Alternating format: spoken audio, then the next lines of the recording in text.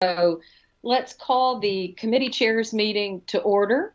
Welcome. And as Russ said, summer is in full swing. Most children are out of school and beginning their summer days. And Memorial Day was beautiful, but now the heat is reminding us it is a Tennessee summer we have in store. So I hope everyone has great plans for the summertime. But I know there's a lot of work going on as well.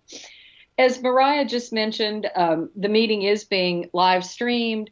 We are being recorded, and of course, this will all be archived on the TBR website. I think we have a number of participants this morning. Oh, I beg your pardon. Participants joining us this morning from some of our colleges and perhaps from around the state. So, welcome all to this morning's discussion. I have the distinct privilege this morning of welcoming a new faculty regent to our midst. Governor Lee has recently appointed Vanessa Pilkington to the Board of Regents. She will be a non-voting member until the end of June, at which time she moves into the voting member slot. Vanessa, you are on here somewhere. There you are. Vanessa and I had a great conversation last Friday. It was fun catching up. She is with us at TCAT Dixon, where she is a senior dental assisting instructor. She's been at the college for 19 years and in the field for about 30 years. One of the most exciting things about Vanessa is that she has a degree from Nashville State, certificates from the TCAT Knoxville. So she knows our system. She's obviously dedicated to her profession. And I think she will be a tremendous addition to our board in that faculty regent role for the next year or so. So Vanessa, welcome. And I know there's a whole lot I'm missing about your life. So give us some other highlights. Thank you. Thank you for that. I'm excited to be here, for this opportunity. I'm really eager to take all of this in today. Just a few things about me. I've lived in Dixon County 44 of my 48 years of life. I was transplanted here in 1978 from Gibson County, Milan, Tennessee. My father at that time was hired on to the Tennessee Highway Patrol, and he was stationed from Milan up to Dixon. So I've been here for a very long time. Few things about me, I guess my three greatest accomplishments are my children, of course, as a mom. I've got to say that. I've got a 22-year-old daughter, recently graduated from Tennessee State University, and she's practicing dental hygiene now. I tried to stray her into a different role, but dentistry was too familiar for her. So she's practicing in Nashville now and soon to get married in August. So that's a new chapter that I've got coming up. I've got an 18-year-old son. He's just graduated from high school and he received academic and athletic scholarships to Bethel University, majoring in sports management and playing baseball. If he didn't have a baseball bat in his hand, he wouldn't know what to do. And then I've got a 14-year-old, my little precious, that is keeping me from having an empty nest right now. So I'm very excited. He's a big outdoorsman and things like that. So those are my three greatest accomplishments. I would say something else to know about me is I'm a 14-year breast cancer survivor. So I'm happy to be here today in more than one way. So nice to see everybody. I can't wait to meet everyone. I'm really excited to be here. Thank you. I talk a lot too, so you'll have to tell me to be quiet sometimes. You won't be alone in that regard. So you have lots of friends.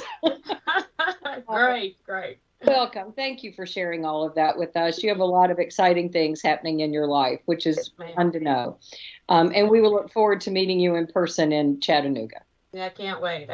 Very excited. Thank you. You are a welcome addition to this team, and you will enjoy everybody here. I can't wait. Thank you.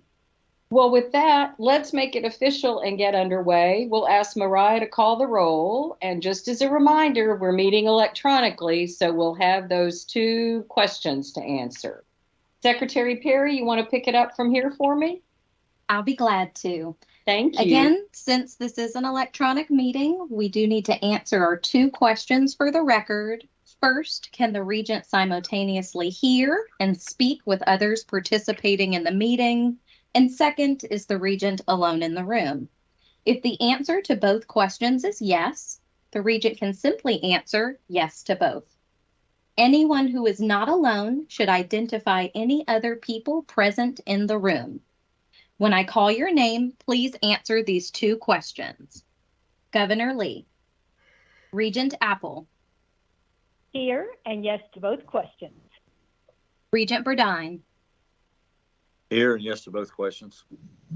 Regent George. Present, yes to both questions. Regent Gill. Commissioner Hatcher.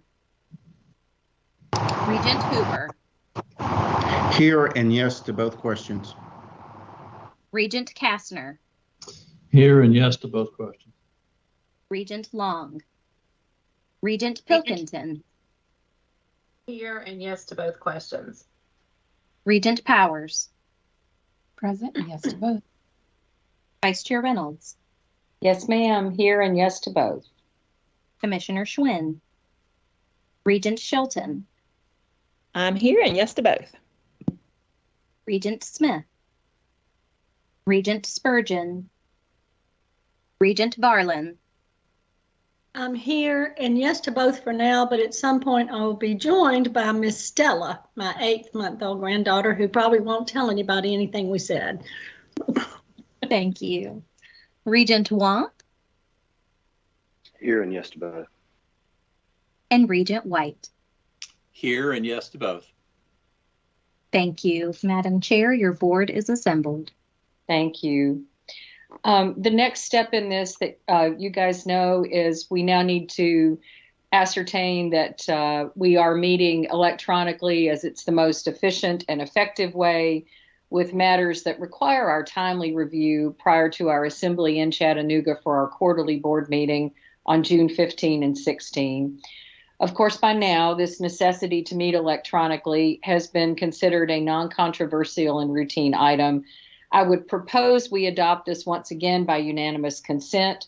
But if there is any objection, of course, we will have a roll call vote on the need to meet electronically.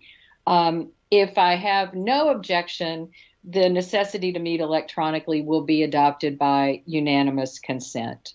Is there any objection this morning? Hearing none, the necessity is adopted, and I thank you all. Chancellor, opening remarks. What's going on in your world? Well, good morning, everyone, and happy last day of May. It's hard to believe that it is the end of May already. I want to also officially welcome Vanessa to our group. We're very happy to have you here with us today and going forward. You will be a great addition to the board. This morning, I would like to update you on 3 of our leadership changes that we have going on. As you recall, Dr. Pimentel announced his retirement, and his last day will be June 30. Dr. McCormick did graciously agree to begin serving as our interim president at that time. On a special called board meeting on April 27th, you voted on the criteria to start the search. Regent Mark George graciously agreed to serve as chairman of the committee with other regents, Emily Reynolds, Nisha Powers, and Kyle Spurgeon. An additional group of committee members are students, faculty, staff, community, and business members for a total of 17 serving on the search committee. We held the first public open forum to again hear from community and college members about what they wanted in their next president. That was held on May 16th. Immediately following that, the search committee had their first orientation. The committee will meet again in late June to begin reviewing applicants and determine the semifinalists for first round of interviews. It is anticipated that we will have our next president selected prior to September 30, 2023. At TCAT Jackson, as you are all well aware, Dr. Heath McMillan has been serving as our interim president there, doing an outstanding job. You voted on the search criteria for TCAT Jackson at a special call meeting on April 27th. An open forum was also held, which took place on Monday, May 22nd. I am currently reviewing that information back from that open forum. And as you recall, we nominated Heath McMillan as the sole finalist for the position. So I do expect to bring that recommendation to you at our June board meeting for final approval. A surprise to many of us was that President Laura Monks announced her retirement to me.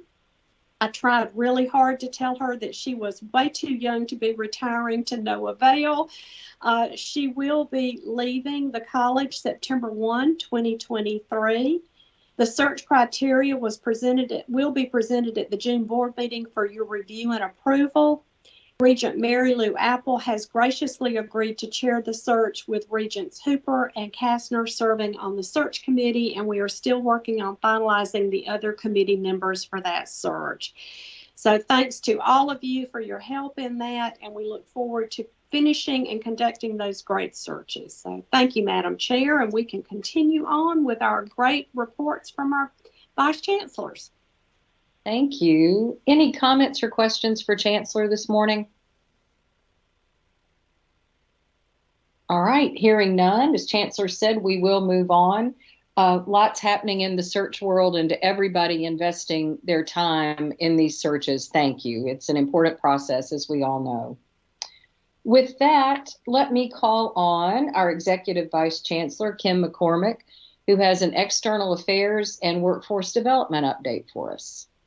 Well, good morning, Madam Chair, Chancellor Tidings, and members of the committee. We do have a very brief update this morning. Actually, what will happen is that two of our Assistant Vice Chancellors will go over briefly a preview of the presentations that they intend to do during the External Affairs meeting.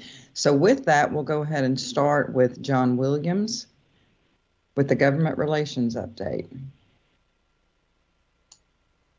Thank you, Dr. McCormick, and good morning, Madam Chair, members of the board, Chancellor Tidings. Today, I'll provide a preview of the full presentation that the Government Relations Department will deliver during the External Affairs Committee of the June quarterly board meeting. As you all know, the legislature adjourned the first session of the 113th General Assembly on Friday, April 21st.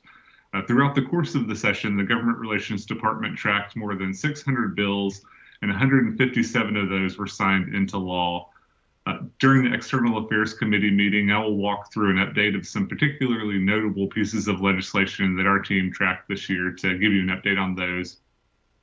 Additionally, in accordance with Article 3, Section 9 of the Tennessee Constitution, the governor has announced that he plans to call a special legislative session on August 23rd, 2023, with the purpose of strengthening public safety and preserving constitutional rights.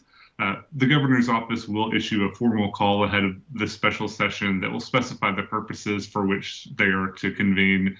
We'll keep you up to date as we learn more about that leading up to August. Finally, the Government Relations Department will have the 2023 legislative compilation that we publish every year ready for you at the full board meeting.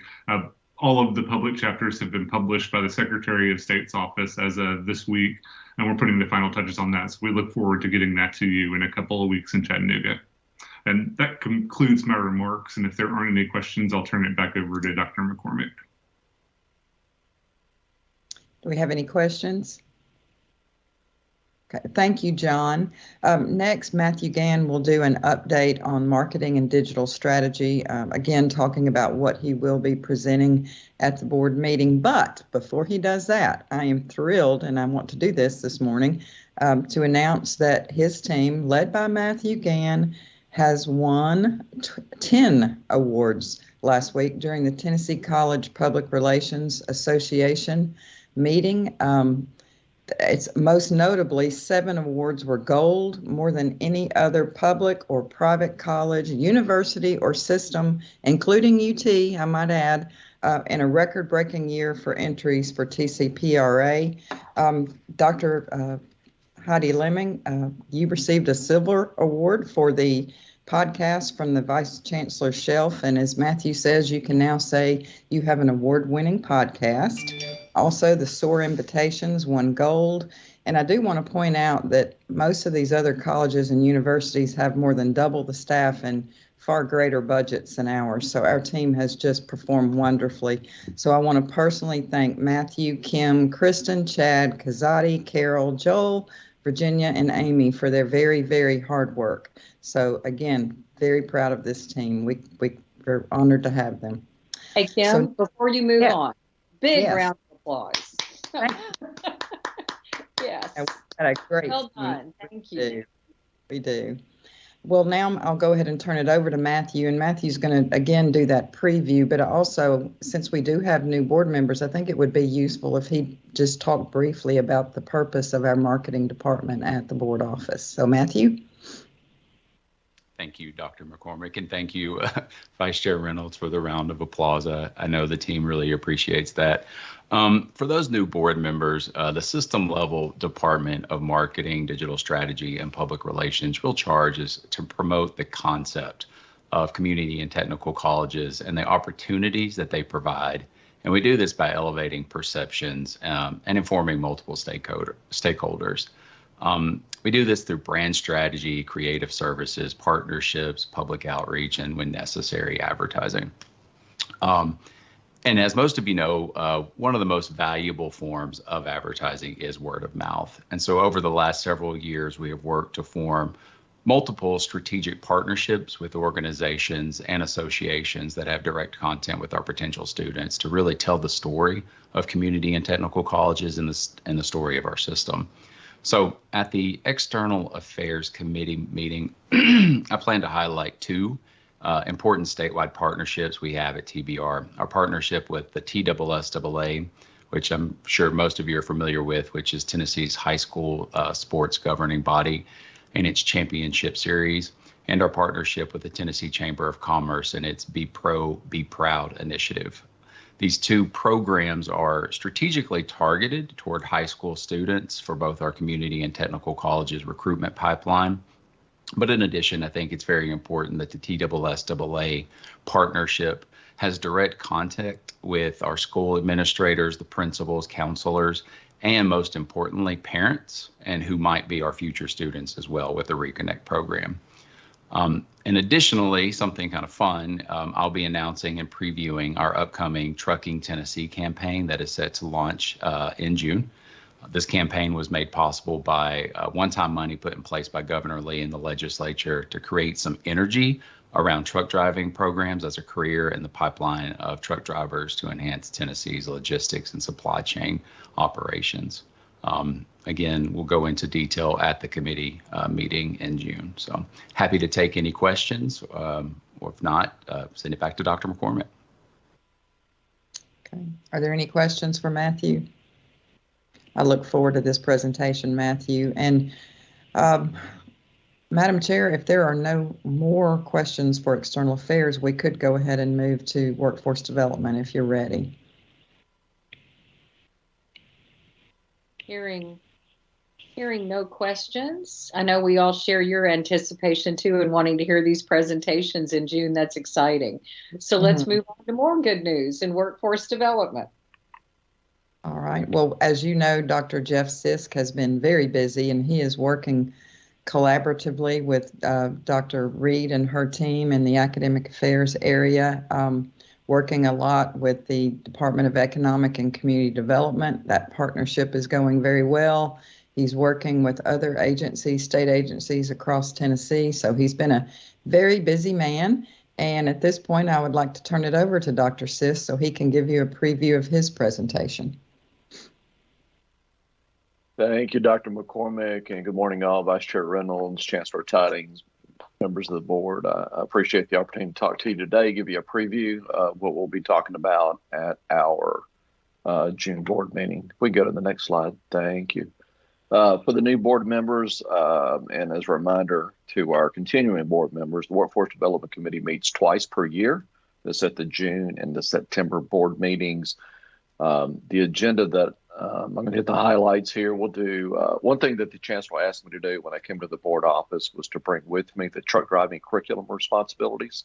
Statewide, we have a capacity right now of about 800 truck driving students per year. We've got some strategies in place that are going to increase those numbers. So this is the agenda. We'll talk briefly about truck driving. I'll give a Blue Oval City update, some electric vehicle related statewide initiatives, and then some highlights and spotlights for our colleges, workforce offices, and some of the work that they're doing, with a special emphasis on correctional education initiatives that are coming through our workforce offices, county jail systems, and things like that. But I'll also, Regent George, who's chair of the Workforce Committee, he and I talked about the agenda and what we wanted to cover. And one thing that I'm going to do at every board meeting to emphasize, and he agrees, we're going to talk about what workforce development is, kind of give you the working definition that we use within the Board of Regents, and that official definition, just to keep that on the front of mind of everyone. You know, TBR's mission is student success and workforce development. So we want everybody to keep that in mind. Without any, Dr. McCormick, I'll kick it back to you. Ready to answer any questions. Are there any questions? If not, Madam Chair, that concludes our presentation for this morning. Again, looking forward to their presentations during the full board meeting and committees. Great, thank you. There's a lot going on. Yes. So all good. And again, to Matthew and the team, that's all very exciting. And to John and Patrick, I actually hope you've gotten a little sleep this last month, catching up from the session. So thank you for representing us so well in the Capitol and Cordell Hall. With that, Kim, thank you again. We'll move into academic policies and programs, student life. We have brief presentations this morning on some policies from both Vice Chancellor Lemming. Congratulations to you for your recent award, followed on by Vice Chancellor Reed. So Heidi, if you are ready, the floor is yours. Thank you. Good morning, everyone. Yes, we have several policies before you for consideration at the next board meeting. Two are related to our veteran student efforts. Both required by federal law for us to have policy in the space of recruitment for prospective students and military affiliated individuals, and also a policy on admission, enrollment, and readmission. We have not previously had those. So these are brand new policies that are before you for consideration. And then the third policy is, some of you may recall, presented at last fall's retreat on our comprehensive learner record development. That's a pilot. And so as we think about going to scale with that work with all of our schools, we needed to have some policy to guide that work. And so the policy on micro-credentials and the learner record defines many of the things that we're thinking about when it comes to the learner record and micro-credentials. And so that is also before you for approval. All of these policies have been through the appropriate subcouncils and the presidents for review and comment. And so they're in their final draft for your consideration. But happy to take any questions on any of those policies. Anything for Dr. Lemming on this? I know everybody has had a chance to look at these in our materials, and of course, we'll see them again in June.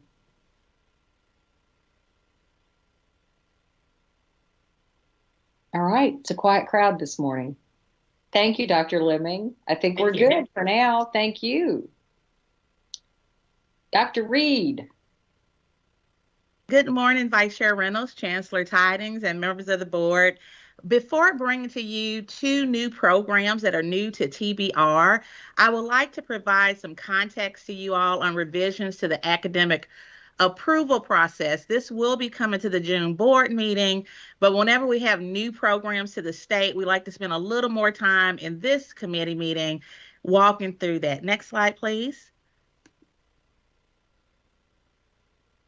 One I want to share, initially, Tennessee Code Title 49, Chapter 7, gives THEC the authority to approve all degree and certificate programs. For about the approximately last 13 years, TBR had delegated authority to approve its own degree and certificate programs. That changed in July of 2022. THEC, in looking at their own statute, reinterpreted it and felt like they could not give TBR that delegated authority.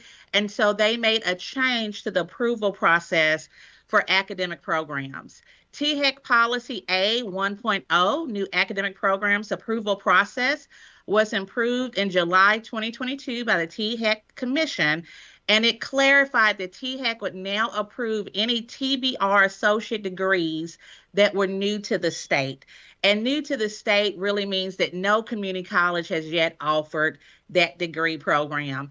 As part of that revision, they did agree that any new certificates, less than 24 hours, or replicated associate degree programs at TBR community colleges were not subject to this policy, and those are still solely approved by the TBR Board of Regents. And again, replicated simply means that one community college or more has already offered that, and that's in our state inventory. Again, this does not impact TCAT programs at all. Next slide.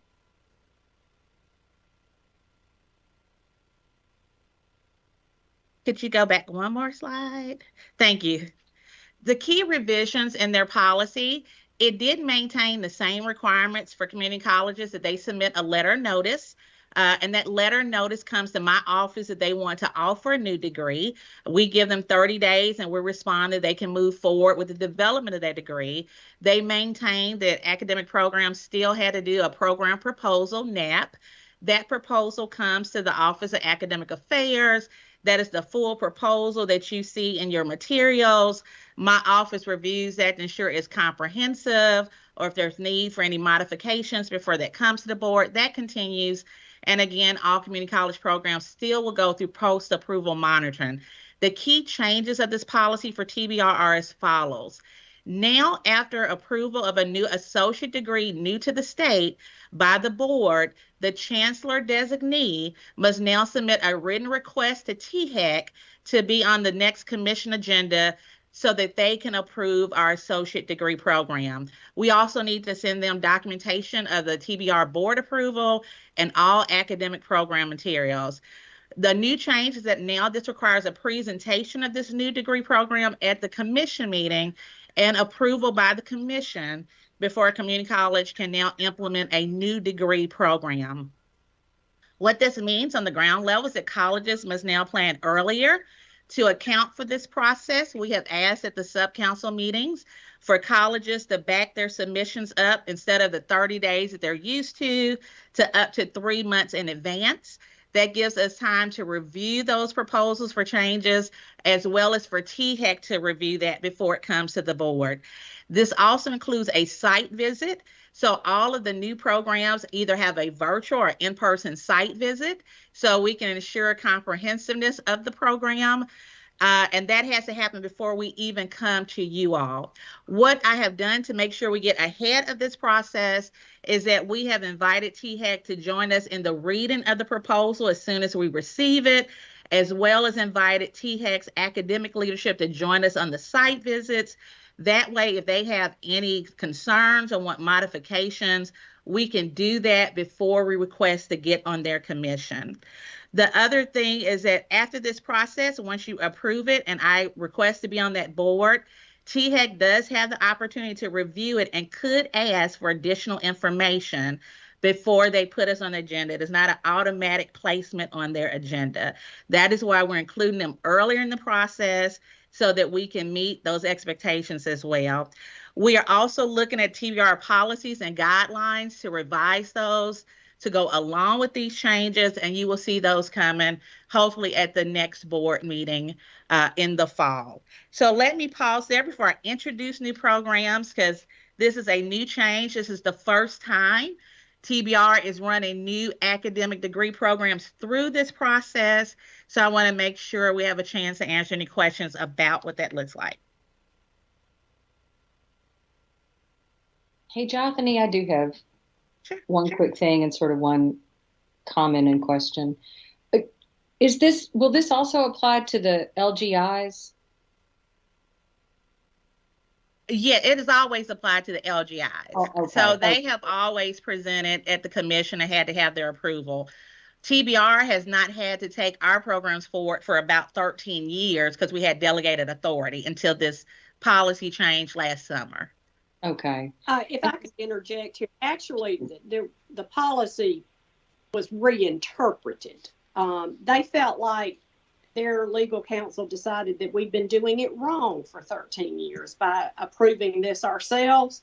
And so this was an interpretation by THEC that they called us in and said, for 13 years, we have been allowing y'all to do this, even though that was not the correct way for us to do it. So we worked with them diligently trying to get it down to a process. And part of this is all predicated on the fact that TBR has to move quickly. We don't have months and months to put programs in place. When a company comes into our area, we have to develop, implement, and initiate a program very quickly. So thanks to Jothany and to Russ, they have worked closely with THEC to try and mitigate the issue to the best of our ability. We're still not totally pleased that this has been reversed on us. And I am looking at other options and still having conversations with THEC. But this is what we need to do at this moment in time to comply with what they have asked us to do. Yeah, Chancellor, thank you. You took my comment / question. So in that explanation, thank you. I am concerned about, bottom line, our ability to respond quickly. And I know you guys are way ahead of me on that, but I just think the board needs to be aware of it too. Is some of this because they have a new director? No, this started before the new director. This was their legal office that discovered this and is adamant that he is now interpreting it correctly. I will share with you that I am just as adamant that that's not necessarily the case. So I am looking for other options to help us with this. But at this moment in time, we do have to comply with what they've told us we need to do. Okay. Anybody else? Well, thanks for that update and good explanation. And we're certainly respectful of THEC's work, but I know this one has been a hard spot for us all. But with that, on to more exciting things, Dr. Reed. Let's talk about these programs. And I saw the Northeast folks on with us. I don't know if Chattanooga State is on as well this morning. They are. Thank you. As I present the new programs, I'm going to first start with Chattanooga State's proposed AAS in Electric Vehicle Engineering Technology. I'm being joined in this presentation by Vice Chancellor Alicia Fox and Chattanooga's Vice President for Academic Affairs, Dr. Beth Norton, on behalf of President Ashton, who cannot join us today. Following the presentation, all of us will be available to answer questions to the board. Next slide, please.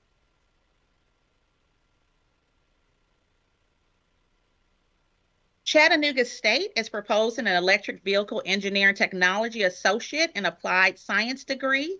It is 61 to 64 credit hours. That's 16 hours of general education, 36 hours in the major field core, and 12 hours in electives. This program will provide an educational pathway for students interested in the electric vehicle manufacturing and maintenance industry. It will prepare students with the education and skills needed to meet industry workforce demands, to manufacture, diagnose, service, and repair electric vehicles. The program is designed to extend the partnership between Chattanooga State and Volkswagen to include the production of electric vehicles. Their current partnership with Volkswagen is based on the production of internal combustion engine vehicles, and electric vehicle production is an expansion of that partnership. In 2023, this program will be offered via the Volkswagen Electric Vehicle Apprenticeship, and within 3 years, by 2025, we will start the program at the Chattanooga campus. In terms of workforce demand, Volkswagen Group of America projects over 25 new EVs in the U.S. in the next 30 years. In 2022, they started the U.S. production of EV at their Chattanooga plant, and they have an $800 million investment in the electrification of their Chattanooga factory with dedicated facilities for vehicle and battery pack assembly. Tennessee has almost 1,000 auto suppliers with operations in over 90% of its counties. And according to the Tennessee Department of Economic and Community Development, over 20,000 Tennesseans will be employed by companies with electric vehicle operations, and Tennessee is projected to have over 200,000 electric vehicles by 2028. Volkswagen is transitioning to produce an electric vehicle with the expectation of phasing out combustion engine automobiles by 2035. This Volkswagen Chattanooga operation is Volkswagen's first electric vehicle manufacturing plant in North America and is projected to create 1,000 new jobs in Tennessee. To ensure its workforce needs are met, Volkswagen is starting the new electric vehicle expert apprenticeship in August 2023. Chattanooga State will be the educational partner for Volkswagen current robotronics, a technical expert apprenticeship, and will be the partner of this apprenticeship. A requirement of all of their apprenticeships is for the apprentices to attain an AAS in this targeted program. Chattanooga also plans to seek accreditation by the Engineering Technology Accreditation Commission, ABET, which is the global accreditor of college and university programs in applied and natural science, computing, engineering technology. As this program is designed specifically for Volkswagen, they are currently the sole partner. This program will be housed and delivered at the Volkswagen Academy and again later at Chattanooga State College's main campus. Next slide, please. And again, this is planned to implement for this fall 2023. This is simply a visual graphic. Chattanooga has done a lot of work to ensure an intentional design in conjunction with their TCAT and industry partner peers to provide multiple entrance points for students with and without automotive or electric vehicle experience. Matriculation from TCAT automotive programs with and electric vehicle certifications will get 15 credit hours awarded towards his AAS degree. High school dual enrollment graduates can earn between 18 and 36 credit hours towards this degree. It would also include stackable certificates aligned to in-demand occupations and industry workforce needs. And again, it's been great. They have looked already at those articulations of TCATs, and they're also looking for transfer pathways that they're working on now with Tennessee Technological University, as well as the University of Tennessee at Chattanooga. Next slide, please. This graphic simply shows the employment landscape in Tennessee for 3 EV-related jobs: motor vehicle manufacturing, motor vehicle parts manufacturing, and electrical equipment component manufacturing. On average, EV technicians can earn about $59,000 annually. Next slide.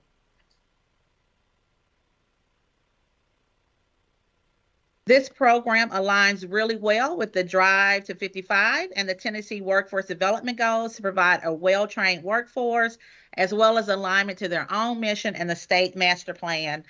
They also support THEC's goals of growth, recruitment, and alignment between higher education and industry, and the TBR goal of providing a workforce prepared to meet industry needs, as well as their own goal of providing innovative programs for a talented workforce. Next slide, please. At this time, Vice Chancellor Fox will highlight the revenue and cost projections, as well as anticipated enrollment and graduates of this program.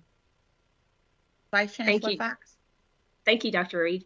So on the screen now, you have the revenue and cost projections submitted by Chat State for the review by the advisory committee, as well as just so you all understand the process for that. They submitted this, we vetted it, asked some questions, and then they've revised as needed. So as you can see on here, minimal cost required for the upstart of this program. It's mostly, you're seeing some minimal equipment cost, as well as accreditation cost in year 2. That's the initial accreditation cost. And then in following years, 3, 4, and 5, you have the recurring accreditation cost that's very minimal. And then you have the recurring faculty cost, and then the travel and operating, which are reasonable for a program of the size. It's actually very minimal, in my opinion. The tuition, the revenue numbers in the bottom, that's coming from your tuition and fees for the students enrolled in the program on that first line. So as you can see, year 1, they are projecting 12 FTE enrollment going forward, 24, and then 30 in future years. Again, tuition fees, the top line there, and then they are also expecting some grants. They're applying for some grants that they expect to go towards the revenue for the program, as well as some donations from industry partners here. I'll be happy to answer any questions you have about the revenue and cost projections submitted for this program. We have one more slide and then we'll open it up for all questions. Next slide, please. I think it's really important for board members to hear directly from college leadership who are working with their industry partners and their communities to design these programs. I would like to invite Dr. Beth Norton to share some highlights on behalf of President Ashford about this program, and then we will open up for questions.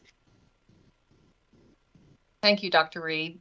Wanted to also introduce Dr. Lynn Potter, who is here, and she is the one who's primarily responsible for the development of this curriculum, and also to say that they have collaborated with other colleges across the state, TCAT Crossville, Motlow, and also I think they had a call with TCAT McMinnville yesterday. So the objective of this program is really to make it flexible and versatile for any college who would be interested in expanding this.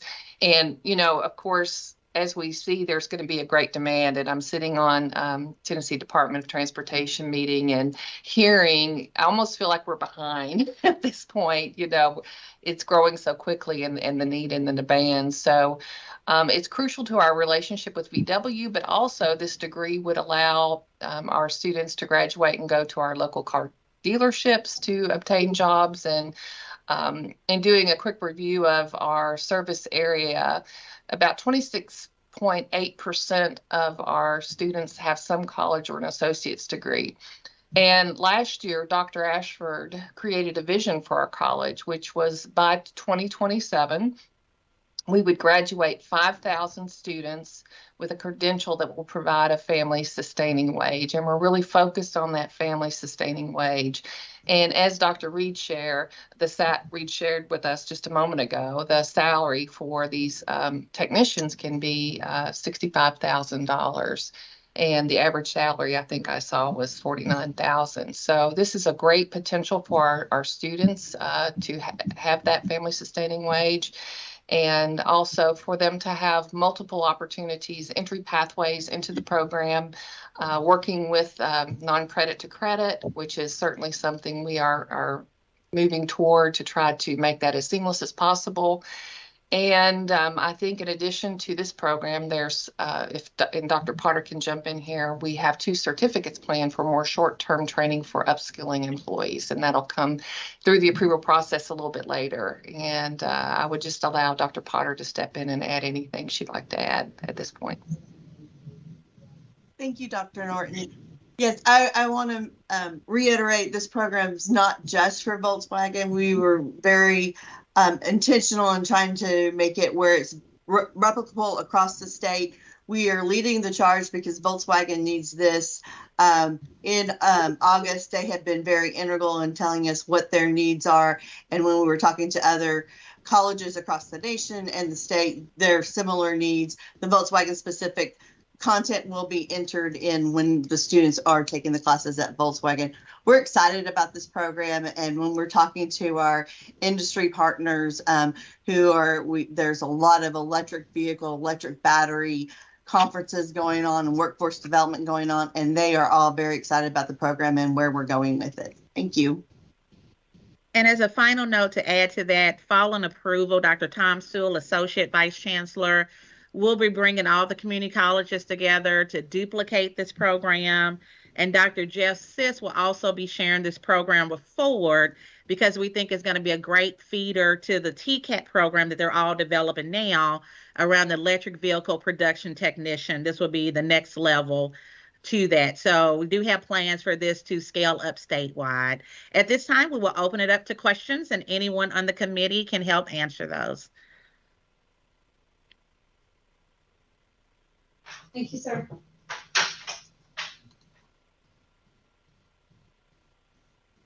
I see Regent Kessner has his hand up. Yes, thank you. First of all, I think this is very cool. Very much in support of it. But I had just a couple of questions. I think it's a 2-year program. Is that right? Correct. Okay, and then on this is my confusion. I apologize. I'm in the healthcare business, and we talk about FTEs all the time in terms of staffing, how many full-time equivalent jobs we have at play.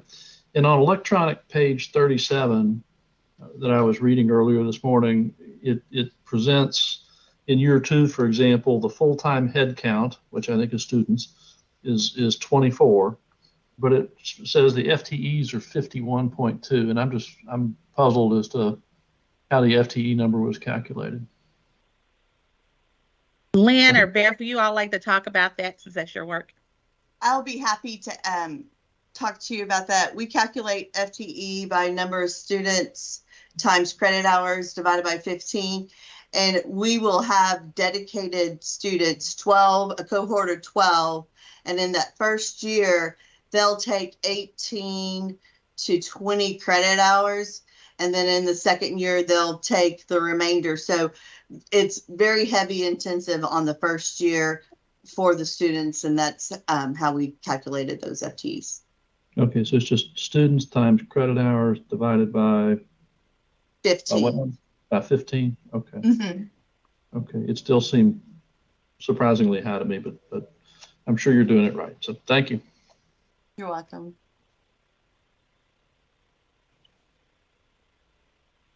Anyone else?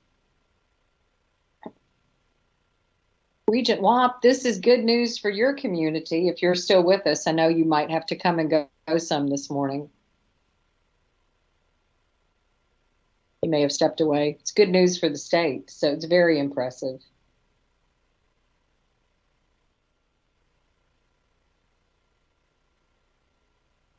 Well, Dr. Reed, I think we can continue. Okay, thank you. And thank you to the leadership from Chattanooga for joining us. Absolutely. Thanks, you guys. Keep up the good work. Thank you. At this time, I'm pleased to present Northeast State's AAS in Automotive Technology. I will be joined again by Vice Chancellor Alicia Fox and President Jeff McCord on this as well. Next slide, please. Northeast State College proposes an Associate Applied Science in Automotive Technology to meet the customized industry-specific needs and unique academic and career goals of students within the college's 5-county service region. The college currently offers well-established and developed automotive-related programs under its AAS in industrial technology. So really what they're getting ready to do is to restructure current curriculum. There's no new curriculum, but this is a revamp. This 60 credit hour program will now realign 3 automotive related programs, automotive service, automotive body collision, and motorsports into a new degree with a concentration of automotive specialists. This program concentration will offer students flexibility to pursue coursework, training, and skills in 3 different pathways. This will be the first AAS in automotive technology to the TBR system. So it is considered new to the state because the program name is not in the inventory, although again, all of the curriculum and courses are the same being taught as before. There are embedded certificates that will provide another avenue into the workforce for these students. And again, these programmatic areas represent the needs of regional workforce partners and afford students a tailored set of unique skills specific to their area of interest. Furthermore, this realignment will also position the college strategically for future growth within the industry in areas such as alternative fuel vehicles and fleet conversion. Northeast State is located close to Bristol Motor Speedway and Bristol Dragway, which host and promote multiple motorsport events for NASCAR and NHRA. And there's a constant need for workers in the automotive racing industry nearby, which is met through motorsport pathways. In terms of student demand, a workforce demand, students can now meet industry-specific needs. This again allows students access to courses among multiple pathways. These multiple skill areas for students make them more marketable, and there's opportunities for credit for prior learning experience. According to 2021 BLS data, the average wage for automotive technicians is $46,880, with job vacancies across the area due to retirements and replacements within the industry. According to the U.S. Bureau of Labor Statistics, the annual median pay in 2021 for automotive body repairs was between $47,000 and $48,000. In terms of future hire, both the THEC supply and demand report indicated that there will be more than 10,000 new hires in the state of Tennessee, with 1,800 of those in the East Tennessee region. Again, with the developing nature of alternative fuel vehicles, including electric vehicles, the need for well-qualified technicians will continue. And with current grant funding from the National Science Foundation, Northeast State is actively integrating electric vehicle technology and training into automotive-related programs. So competencies will be applicable to current and emerging needs of the automotive industry. And most importantly, this revamping of curriculum and programs into this AA makes this credential more easily identified by industry partners. And again, the institution has secured letters of support from industry partners to further validate that regional need. Next slide, please. And they are also planning this for implementation in fall 2023. Next slide. With alignment, they again are aligned to the state master plan, their own institutional mission. They support the THEC state master plan for higher ed by addressing 3 areas: student success, family prosperity, and the workforce. They also are looking at dual enrollment as a component of this proposed program with a clear pathway from high school. They also have embedded certificates with various on-off ramps. And again, this supports their own vision and mission to make sure their students are the best prepared to meet current and emerging needs. Students will also be emailed announcing the change in the program and given the opportunity to finish their current curriculum or change to the new degree name. There would be no impact on the faculty or the resources as this existing program is renaming it. Next slide, please. At this time, I'll ask Vice Chancellor Fox to talk about the revenue cost projections and their enrollment targets. Thank you, Dr. Reed. And again, this one was a pretty easy one, given the fact that it's a current program that current programs they already offer, and just have realigned those under a new name that is new to the state. So they had actual numbers to deal with here, so they knew in advance how much it costs to run those programs and what tuition is generated from those. So as you can see on the screen, they have their cost estimated for year 1, 2, and 3. Those are essentially, the bulk of those are, again, faculty costs. They have 2 full-time faculty, 1 full-time lab assistant, and 1 part-time lab assistant, as well as adjunct as needed in those numbers. And then very minimal travel and operating, again, for the program. Again, with the tuition and fees generated from student tuition and fees associated with that degree, as well as the grants that have been mentioned in advance. They have the NSF grant as well as some others, and then their enrollment numbers at the bottom, again, based on actuals in the programs that are already active. Thank you. Next slide, please. I would love to invite President Jeff McCord to share any highlights about the program. Dr. McCord? Hey, thank you, everybody. Thank you for having me. I look at that picture and I need to update it because I look significantly older now, so people might not be able to recognize me. So to Dr. Reed's point, we heard from our industry partners, our degree is currently under industrial technology, and it wasn't a clear understanding of what that degree was. And so when we think about in terms of students, employers, and our regional economy, it gives us, when we have this more aptly named, it gives us a way to recruit students to this program easier. And also the way the program is set, they'll be able to develop a more diverse skill set as they go through, given that there's a lot of ability to take curriculum from different paths, and also a clear signal when they end the degree to the employer what this is. I think also, we mentioned the NSF grant. So we have about $500,000 between grants to also integrate EV or alternative fuel curriculum into this curriculum and potentially develop a whole nother path. But what we see is even though we are moving away from internal combustion engines, we're going to have to manage that transition as we go. And so we are going to need that diverse set of skill set for our students as they go find employment. For employers, clear understanding of our students' capabilities, a more capable employee helps meet, again, the needs that we have currently. It's clearer.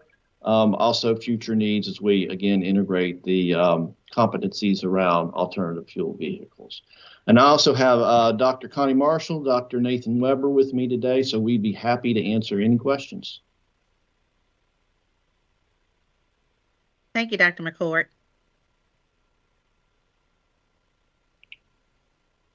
Jeff, just for the record, I think your picture's just fine. It's very kind of you. Just being honest this morning. I think this is exciting, and it clearly, taps into the region with the Speedway. I mean, there are just so many wonderful synergies here. I think too, for us, we don't have a EV manufacturer. We don't have a battery plant or a Volkswagen, but what we are going to have is those cars and those dealerships and the track and that sort of thing. So that diverse skill set is incredibly important to our students, so they can go out and be successful. It's great. Emily, we hear from car dealers up here all the time, and car repairs, body shops, that they're always looking for people. So the stats that Jothany was given are very accurate. And as we like to say up here, it's Bristol, baby. Those familiar with the track up here will recognize that.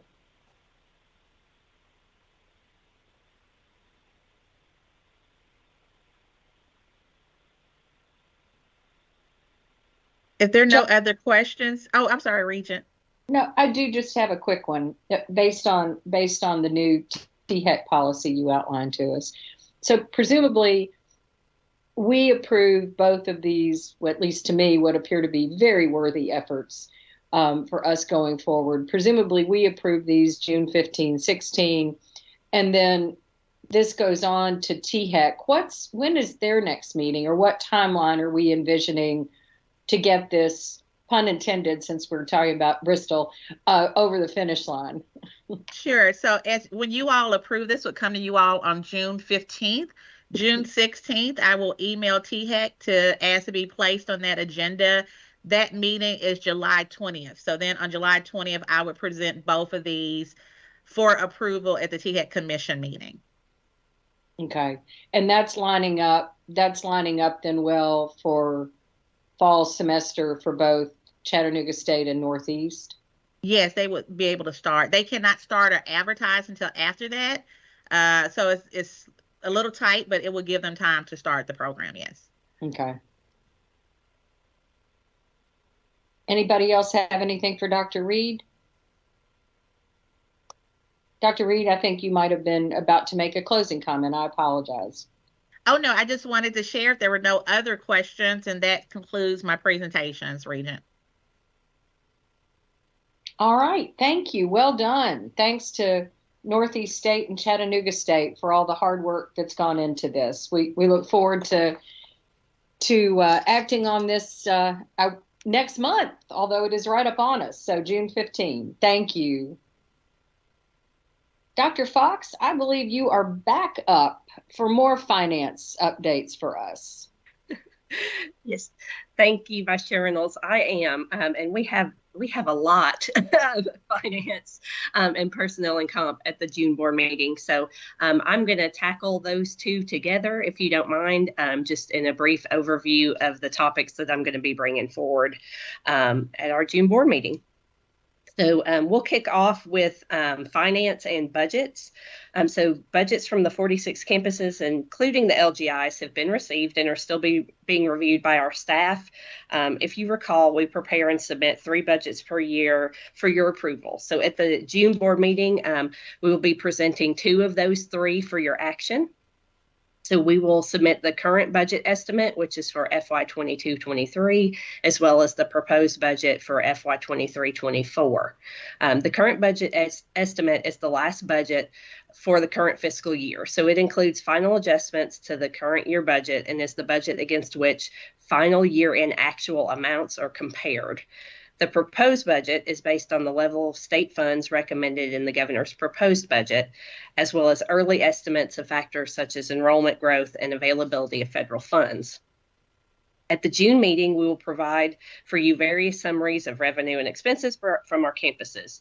And recall that per the Focus Act, we also have to review and approve the LGI budgets as it pertains to their ability to meet debt bond covenants. Information regarding the LGI budgets will also be provided at the June board meeting.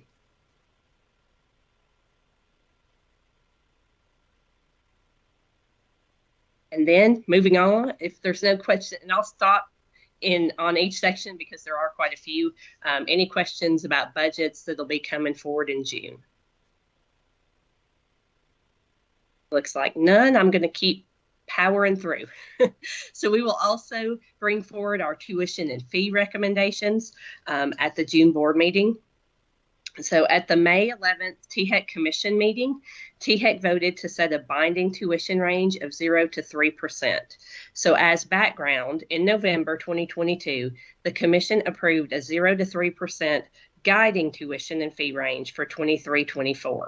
That was in partnership with the combined operating and salary increase request for all of higher ed of $150 million. This was informed by assumptions of a 6.3% inflation rate and flat enrollment.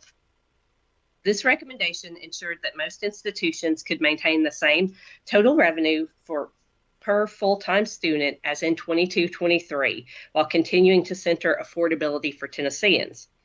State appropriations received for formula units totaled $111.7 million for operating, inflationary, and partial funding of the salary pool. So this created a $38 million gap in the request versus the actual received for higher ed. So given the difference between the Commission's appropriations request and the actual 23-24 budget, THEC staff identified 3 binding tuition range options that they presented to their commission on May 11th. These options were as follows.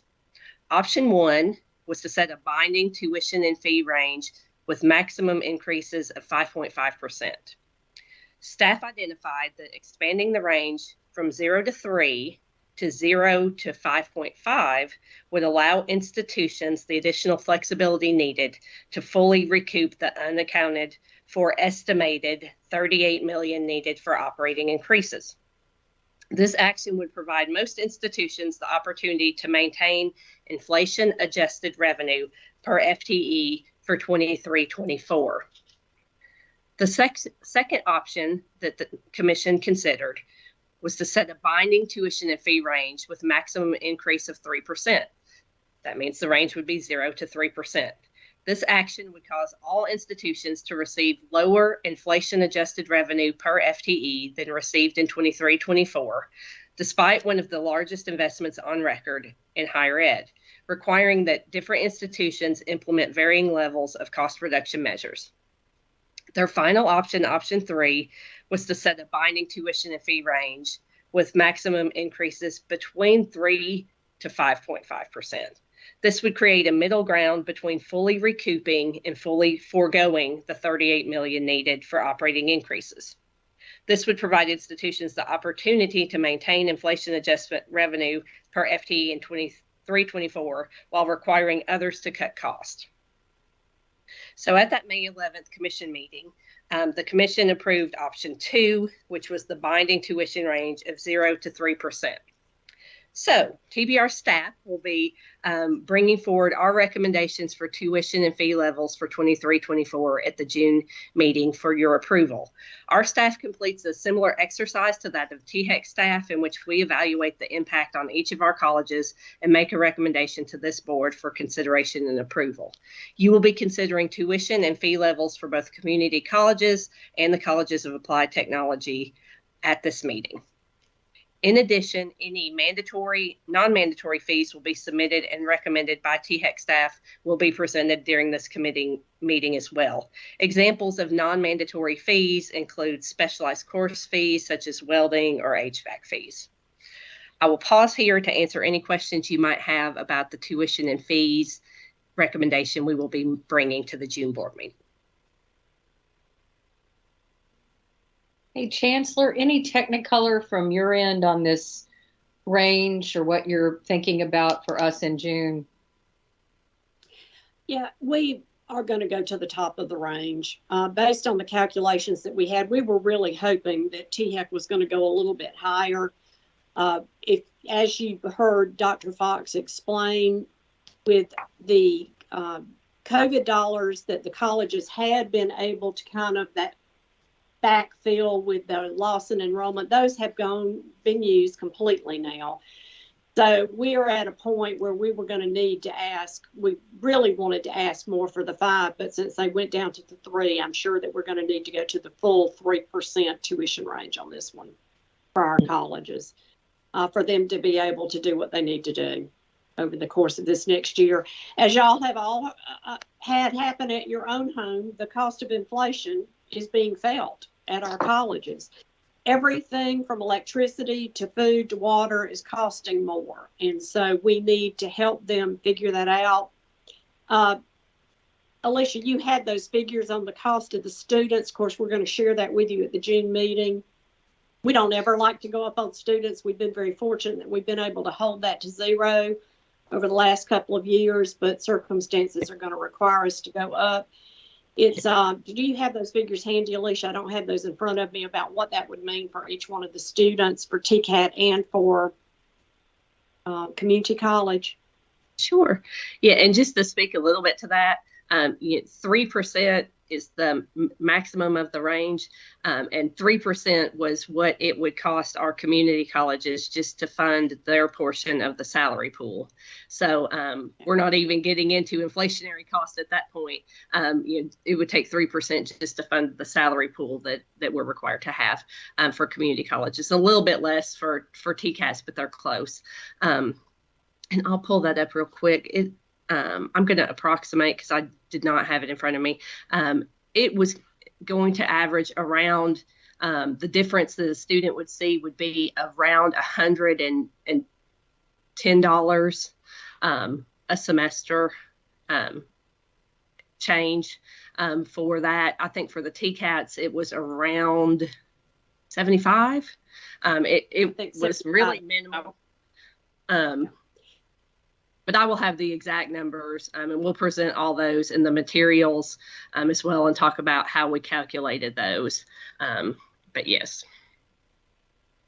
And just to put another fine point on what Alicia's talking about with the pay raises, you know, the governor has allocated a 5% pay raise for state employees, which includes our employees, but the state never fully funds that.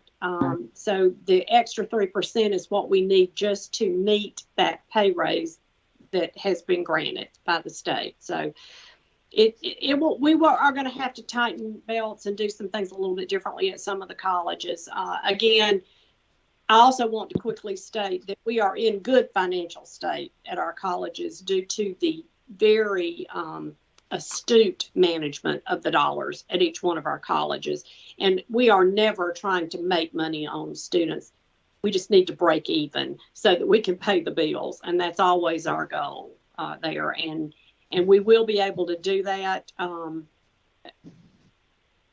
looking at it extremely closely. There are going to be a couple of colleges that will need to make a few more cuts. But we've been working with them over a course of the last several months, knowing that this is where we could end up. Yeah, and just to give kind of to reiterate on that, as I mentioned, the 3% would cover strictly the salary pool, but we did calculate what it would cost for the community colleges and the TCATs. Our calculation, we do 80% of inflation has been our historical. We didn't put a 100%, so we've done 80%. So to be able to cover the salary pool and 80% inflationary cost, we were looking at about a 5.1% increase needed for the community colleges and 4.8 for the TCATs. So that kind of, as you will see, that's why we're bringing the 3% number. And again, we'll have a breakdown of all those and how they're calculated, but just to give you an overview of what our actual calculation was, that's where we landed.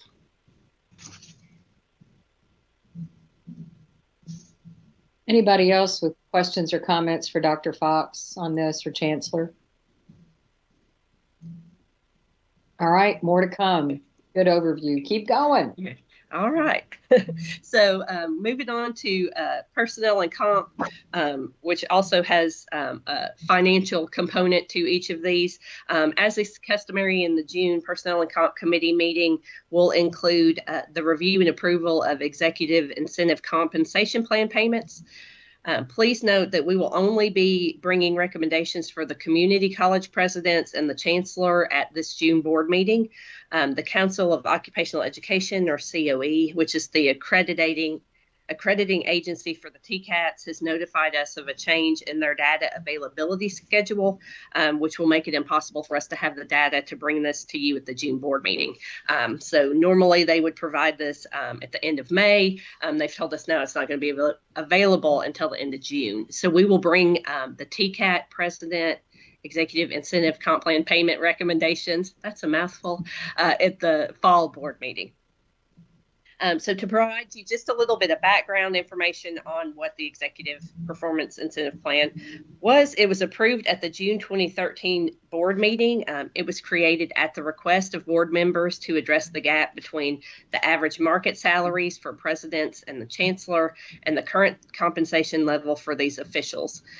Previously, the compensation plan set the salaries for the chancellor and presidents at 90% of the market average for comparable positions.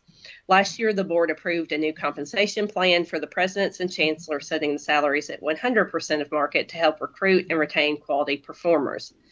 This plan provides an opportunity for leaders to earn up to 10% of their market salary for their respective position on an annual basis, based on institutional and personal performance. The incentive does not add to their base salary for the position and is recalculated each year. Participants in this plan only include the presidents of the community colleges, the colleges of applied technology, and the chancellor. The incentive amount is equal to 10% of the market average salary for comparable positions and is divided into two components. The metric-based allowance equal to 85% of the total incentive amount, and a discretionary allowance equal to 15% of the total incentive amount.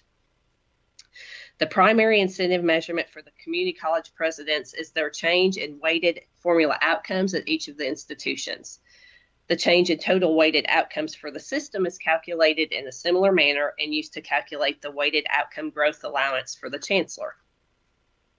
Generally, the incentive period for each participant will be 1 year, from July 1st of the first full year through June 30th of the same year. So for this year, the incentive period is July 1st, 2022 through June 30, 23. Presidents hired after that July 1 date are not eligible for an incentive payment until the next fiscal year. So at the June board meeting, I will be bringing the recommended amounts by individual. I will pause for any questions related to the executive incentive comp payments. Yes, sir. I've got this Regent Kastner. I've got one real comment. You know, this is the challenge I live every day is in retaining good people, and they get pirated away all the time.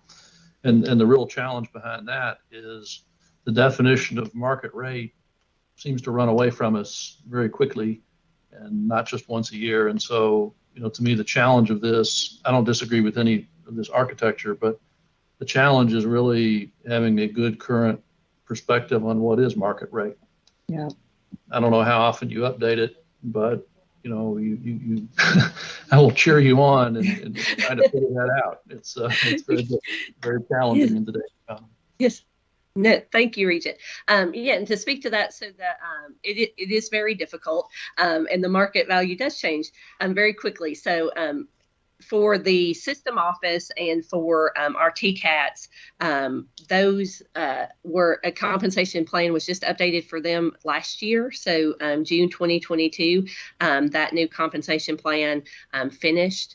The community colleges do their own individual compensation plans based on, they use a compensation company that the system has bid that out competitively, and then they have access to use that company to complete their compensation plans. So normally each school It's up to them how often they are updated, but normally it's every 3 to 5 years they are redoing or completing a new compensation plan exercise. But each school annually indexes those salaries. So they'll go and look at market value and they'll index them by a certain percentage to try to stay current. Again, it changes a little more frequently than the percentage amount we index, but we do take a look at that and update it annually to keep up with the trends, but then every 3 to 5 years do a full compensation plan study is normal for the community colleges. That help, Todd? It does. I mean, the litmus test is, are you able to attract and retain the best people? Because without the best local leaders, we will not win. We will not be successful. So I encourage you to stay on top of it. Yeah. And speaking to that, the compensation plan does look at, regionally, locally, regionally, nationally, and comparing those market salaries to get a good range for what that should be. But it is specific. They are looking locally and regionally because that can be different as well. So. Right. And I hate to sound pessimistic, but when we use outside companies to advise us also, but by the time they print the data, it's almost out of date, right? It just, things move fast and just do your best. Thank you. Yep. Yeah, I hope we encourage our schools to look closer to that 3-year mark as opposed to a 5-year timeline. That seems like a long time. I agree.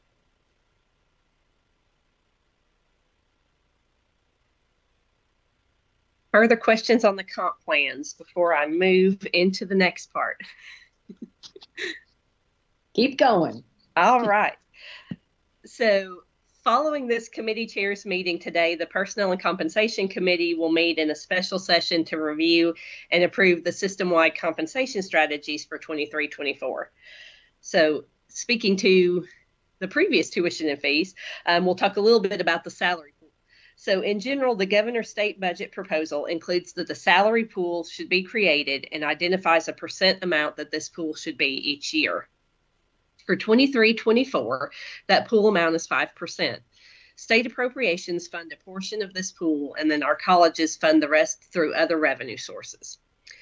So these strategies that we'll be approving at the Personnel and Comp Committee after this meeting, you can think of these strategies as somewhat of a guardrail around how salary pool can be used. So some examples of this include across the board increases for all regular employees, payments towards the compensation plans that we just discussed, and then faculty promotions.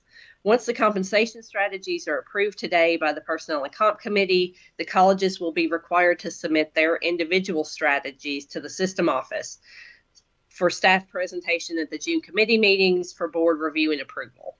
So what the Personnel and Comp Committee will do later on today is approve the strategies, and then we will, April and her team will send those out to the colleges and ask them to respond with which strategy they would like to use for their individual college.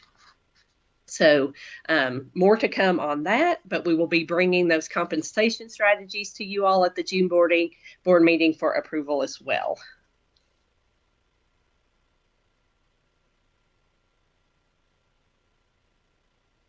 Any questions? Or I'll keep going.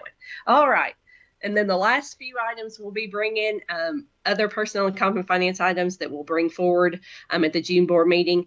We will be bringing forward the recommendation for administering the second half of the Chancellor's compensation plan adjustment. As you may recall, in 2022, we hired a consultant to review the compensation plans of our presidents and the Chancellor in comparison to other positions, systems, and the market. It was determined at that time that the presidents would receive the entire amount the revised compensation plan indicated to bring them to the market salary for their position. But the Chancellor would receive 50% of it last year, and then the remaining 50% would be brought to the board this year for approval. We will be bringing that salary adjustment request for the Chancellor to your approval at the June board meeting. In addition, We will be bringing forward any faculty promotion increases and any institutional compensation plan amendments, if those are applicable. If we receive any from the schools, we'll be bringing those as well. I'll be happy to answer any questions about any of these other items that we will be bringing to the June board meeting.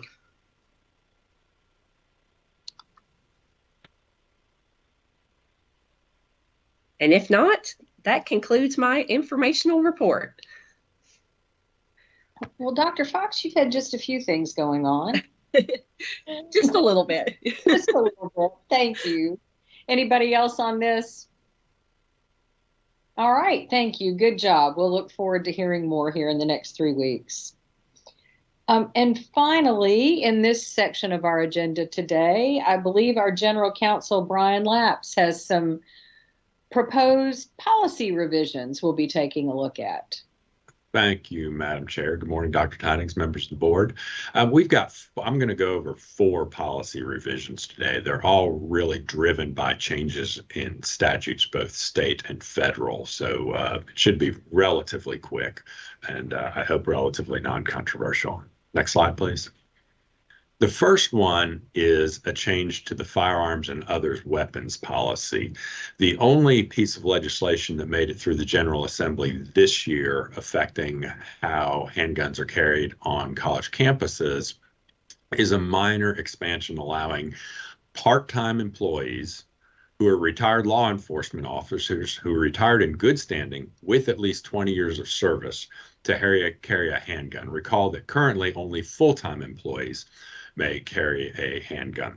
They will be subject to the same terms and conditions as full-time employees when they're carrying a handgun. And of course, there are other provisions of the policy that will remain unchanged relating to being on campus, driving, or properly parking with a handgun or weapon in the car. So I can either pause for questions, Madam Chair, or just continue going and see if there are any questions at the end. Why don't you do the latter? Okay, then moving on to the next policy. This one is a new policy driven by 2 federal laws that have been amended. We're calling it the Pregnancy, Childbirth, and Related Conditions Act. It applies to employees only. There'll be another one that applies to students once the final Title IX regulations are issued, which was supposed to be May, that has been pushed now back to October. So we'll be talking more about those back in October. And by that, I mean the general discrimination and sexual misconduct Title IX regulations. Those relating to sports activities have also been given an October final regulation date. But the first of the 2 federal laws that our new proposed policy implements is the Pregnant Workers Fairness Act, which amends Title VII.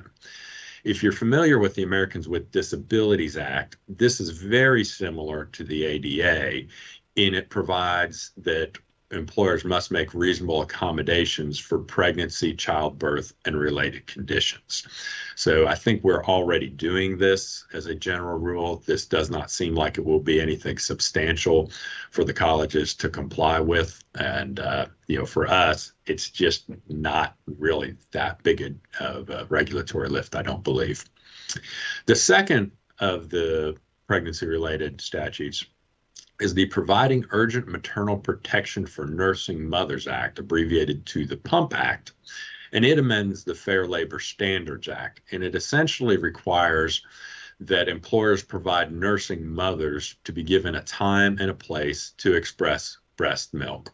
It needs to be a private space. They need to be provided breaks as needed, and it's presumed to apply 1 year postpartum and potentially longer. Again, we don't have the kind of workplace where this is really a problem to implement. In the 3 years I've been here, I've not heard of any problems with this subject arising. So I'm assuming that this one will be relatively easy for our colleges to implement as well. Then the final 2 policies, next slide, please.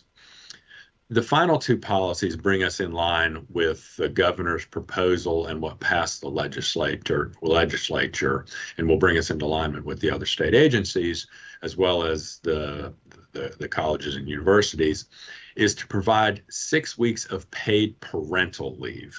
y'all are familiar with our policies providing for annual sick leave and annual leave, but this is over and above the current sick leave and annual leave allotment. It can be intermittent at the discretion of the college, but it's presumed to be taken all at once. It applies to birth and adoption, but not to foster care. So I think that this is seen as a way to be family friendly and to provide a recruiting advantage and for the state. It, the conversations with the presidents, it sounds like it will provide, that somewhat of a recruiting advantage, but there's also obviously going to be a cost component to it as well, because it's providing it 6 weeks leave, not just to mothers, but also to fathers, that is currently not granted. It runs concurrently with the FMLA as well as the State Parental Leave Act.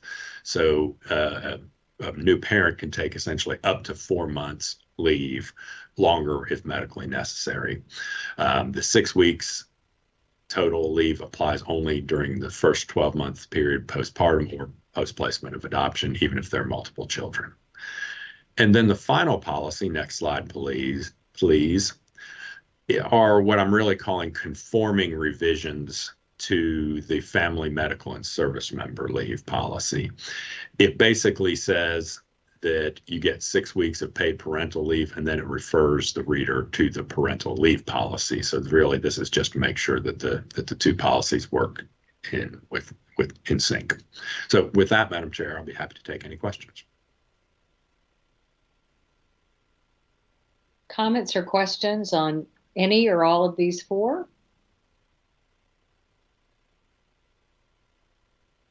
All right. Once again, everybody had these revisions to study up. So, and always, if you need Brian offline, feel free to email or call. All right. Thank you, sir. Thank you. Thank you. Chancellor, I know we've all seen a draft of the June 15, 16 meetings, but what preview would you like to give us for what's coming up? Yes, thank you, Madam Chair. You do have the drafts in your minutes, and again, we are just looking forward to being at Chattanooga State and with an on-campus visit. I understand they have some wonderful activities planned for us. There's also going to be an option for you to tour the new construction center that has been completed, and we'll be able to see where we are with the new TCAP building. So a lot of great things happening on Chattanooga State, and we are very much looking forward to being together in person in June. So it's great to see everybody on the big screen, but it's a lot more fun to see everyone in person as we conduct our business. So thank you, Madam Chair. No, thank you. And a special dinner on Thursday night, which will be fun. Absolutely. Yeah, at one of Tennessee's highlights. So that will be fun. Chancellor, do you have any final announcements? I would just like to reaffirm congratulations to our marketing team. That is huge. We know they have been an award-winning team many times over. This takes the cake for the number of awards that they've ever won. And again, just very impressive for the work that they do. As Kim said, with one of the smallest marketing teams across the state, they produce a lot. And do it so well. I'm very anxious for you to see the Trucking Tennessee campaign in person. It's phenomenal. So it's one that I just can't wait to share with each and every one of you. We have so many great things going on within the system, so many great colleges working to make wonderful things happen. And again, I want to remind everybody that we are a leader in this country for what's happening in higher education and workforce development. And it couldn't be done without the great job that is being done by our system office staff and by each and every one of the individuals on the campus. So thanks to y'all for the time that you put in. Just cannot stop bragging on our team enough. Thank you. Well, thank you. And we enjoy bragging on you too, Woman of the Year. So thank you for your leadership in this regard. It doesn't happen without a leader at the top, and we appreciate you. We are now adjourning, unless there's any other business that anyone cares to bring up. We will now adjourn committee chairs, but don't go far because we now have a personnel. Oh, look at Stella. Oh, Hey, baby girl. That's great. We will now continue. I'll turn this gavel in effect over to Regent Powers for Personnel and Compensation Committee. Regent Powers, do you need a break at all? We're running a few minutes ahead, but if you want to go ahead and start, that's a-okay too. I'm good with going. All right, let's do this. Regent Powers will now call Personnel and Compensation to order. Good morning, all, to my TBR family. I'm calling the Committee on Personnel and Compensation of the Tennessee Board of Regents to order. Madam Secretary, please take the roll and ask the necessary questions for electronic meeting. Thank you, Madam Chair. I will first check our committee members for personnel and compensation, and then I'll follow up by checking to see if additional regents are remaining on the line. So for the record, if our regents could please answer our 2 questions. First, can the regent simultaneously hear and speak with others participating in the meeting? And second, is the regent alone in the room? If the answer to both questions is yes, the regent can simply answer yes to both. Anyone who is not alone should identify any other people present in the room with the regent. When I call your name, please answer these 2 questions. Regent Burdine. And he may be stepping away. Regent Hooper. Here and yes to both questions. Chairlady Powers. Here and yes to both. Regent Barlin. Babysitting. Here and yes, well, I'm alone for all practical purposes. Thank you. Thank you, and hello, Stella. And Regent White. Here and yes to both. Thank you. I'll now check for other regents who may be remaining on the line. Governor Lee. Regent Apple. Yes, and yes to both. Regent George. Here, yes to both. Regent Gill. Commissioner Hatcher. Regent Kastner. Here and yes to both. Regent Long. Regent Pilkington. Here and yes to both. Regent Reynolds. Here and yes to both. Commissioner Schwinn. Regent Shelton. Here and yes to both. Regent Smith. Regent Spurgeon. And Regent Wong. Here and yes to both. Thank you. Chairlady Powers, you have quorum. Thank you, Madam Secretary. Next, we will need to consider the necessity for having an electronic meeting, this meeting being held electronically as it is the most economically efficient way, and the matters to be considered require timely action that is required prior to the regularly scheduled quarterly board meeting. So given that necessity to meet electronically is given that the necessity to meet electronically is non-controversial and a routine item, I propose that the necessity be adopted by unanimous consent. Anyone who wants to have individual votes on the necessity to meet electronically should feel free to object, in which case we will have a roll call vote. If there's no objection, the necessity to meet electronically is adopted. Is there any objection? Hearing no objection, the necessity is adopted. So we'll now proceed with the one agenda item, which is system-wide compensation strategies, and I'm calling on Vice Chancellor Alicia Fox for the recommended proposal. Thank you, Chair Powers. As I mentioned just a few minutes ago in committee chairs meeting, today I am presenting to you the 23-24 system-wide compensation strategies. These strategies have been provided to you in advance as described in the transmittal you received. So as background, the governor's state budget proposal includes that the salary pool should be created and identifies a percent amount that this pool should be. For fiscal year 23-24, the pool amount is 5%. State appropriations fund a portion of this pool, generally around 2/3, and then our colleges fund the rest through other revenue sources. So as we move forward, you can think of these strategies that you are considering today as somewhat of guardrails around salary pool use. So for your information, the system office staff calculates these, has the salary pool, and then makes recommendations to you all on what strategies the colleges should, we recommend that they should implement as far as the salary pool use. So you should be considering today, you'll be considering components of the compensation strategies in two parts. So the first part would be the system-wide salary adjustments from the 5% pool that we just described. And in addition, the second part is any additional institution or locally funded increases that colleges may bring forward. So we will first review the recommended system-wide 5% salary pool adjustments. TBR staff is recommending that at least 3% of the 5% salary pool be used as an across-the-board increase to all unrestricted, regular full-time and part-time benefit-eligible employees effective July 1. So in addition to the 3%, the remaining 2% may be distributed, also effective July 1, as either an additional across-the-board adjustment.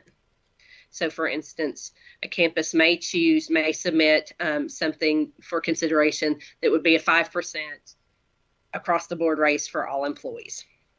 So additional across the board adjustment is the first option.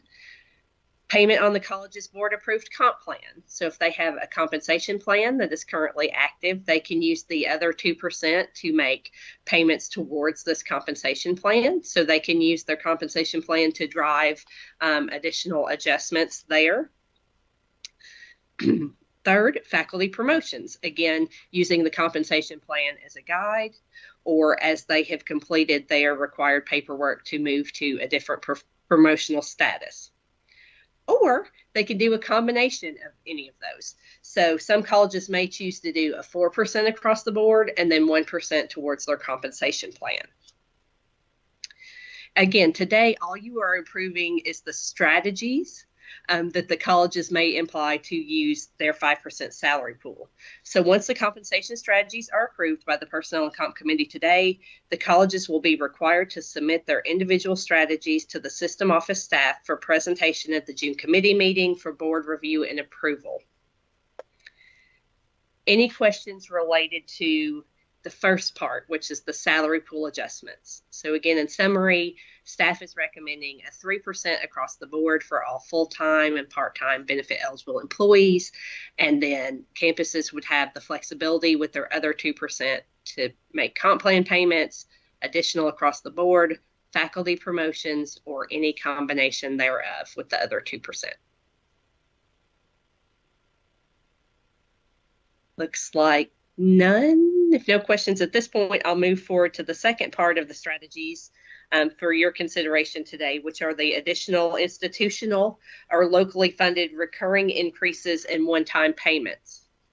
Locally funded signifies that the college will be using their own restricted available revenue to fund these proposed increases. These recurring requests would allow one of the methods above for determining the adjustments. Again, across the board, comp plan payments, etc. So this would be additional increases above the 5% salary pool that colleges want to use local funds to fund. So these would be submitted to TBR staff in October, in the October budget revision, and would be presented to the board at the December board meeting for your approval. In addition, the same can be said for the one-time payments, which would follow the same timeline of being submitted to TBR staff as part of the October budget revision process. But per policy, the chancellor has the authority to approve the one-time payments, and any, if approved, would be reported to the board at December meeting as an interim action item. Please note that policy dictates that these one-time payments may not exceed $1,000, and that eligible employees will include unrestricted regular full-time and part-time benefit eligible employees that were employed on or before September 30th, 2023, and are still employed at the time of payment. Payments to part-time benefit eligible employees would be prorated. I'll pause there to answer any questions about the strategies related to additional compensation for local or institutional fund increases. Again, those will be presented in the October revisions, submitted to staff, and then we would present those at the December board meeting.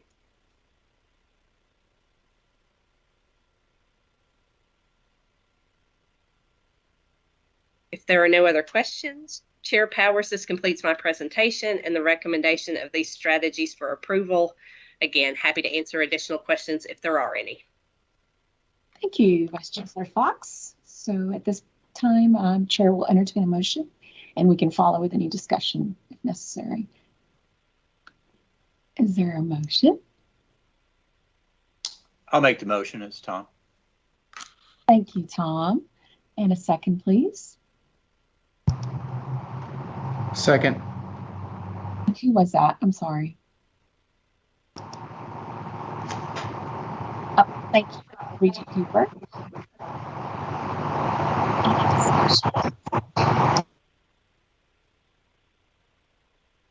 It is a quiet group, Regent Reynolds or Vice Chair Reynolds. We've never been this quiet. So I don't know if you put people on notice, because we have a new regent who said she likes to talk, and you called us out, and then everybody's like, "Mom," like, no, we don't. We don't talk. Everybody's scared to say anything, and plus you do great work, so there's not much to be said. They do great work. You're absolutely right. Thank you. This time, we'll act on the motion, and I will call on Madam Secretary. Please call the roll. Thank you, Madam Chair. Just first checking to see if Regent Burdine has joined us. I'll continue. Regent Hooper. Yes. Chair Lady Powers. Aye. Regent Barlin. Yes. And Regent White. Aye. Motion carries unanimously. Thank you so much, Madam Secretary. And if there's no other business to come before the committee today, the Committee on Personnel and Compensation for the Tennessee Board of Regents stands adjourned. All right. Good work, Regent Powers, and in a timely way. Thank you very much to you all. So audit is up next, but has a hard start at 10:45 Central, 11:45 Eastern.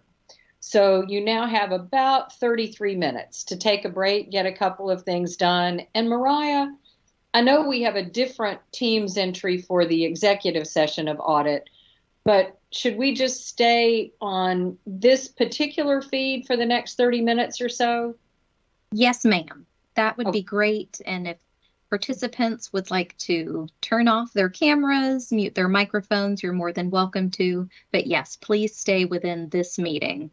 Okay. We are, just so you know, Regent Burdine had a bit of a conflict this morning. So in an effort to give him the chance to accomplish both things he needs to do today, and since audit was already tentatively scheduled for 10:45 Central, that's the reason for this break. But I know everybody will use it constructively. So we will see you right back here in 33 minutes. Thank you all.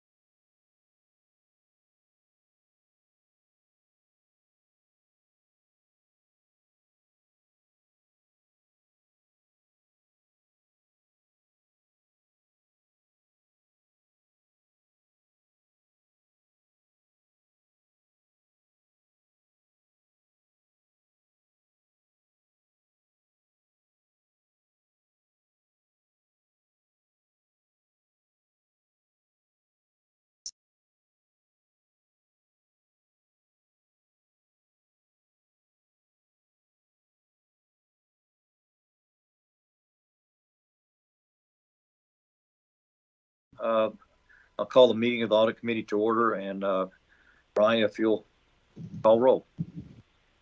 Thank you. Since this is an electronic meeting, we will need to answer those two familiar questions. First, can the regent simultaneously hear and speak with others in the meeting? And second, is the regent alone in the room? If the answer to both questions is yes, the regent can simply answer yes to both. Anyone who is not alone should identify any other people present in the room with the regent. When I call your name, please answer these two questions. I will start with the audit committee members and then check for other regents who may be on the line. Regent Apple. Here and yes to both questions. Chairman Burdine. Here and yes to both. Regent Kastner. Here and yes to both. And Regent White. Sorry, here and yes to both. Thank you, sir. Danny in there. I have to get a Varlin prompt before White, so sorry. Yes, sir. And now I'll check for other regents who may be on the line. Governor Lee, Regent George, Regent Gill, Commissioner Hatcher, Regent Hooper. Here and yes to both. Regent Long, Regent Pilkington. Here and yes to both. Regent Powers. Present, yes to both. Regent Reynolds. Here and yes to both. Commissioner Schwinn. Regent Shelton. Here and yes to both. Regent Smith. Regent Spurgeon. Regent Varlin. Here and yes to both. And Regent Wong. Mr. Chair, you do have a quorum of audit committee members.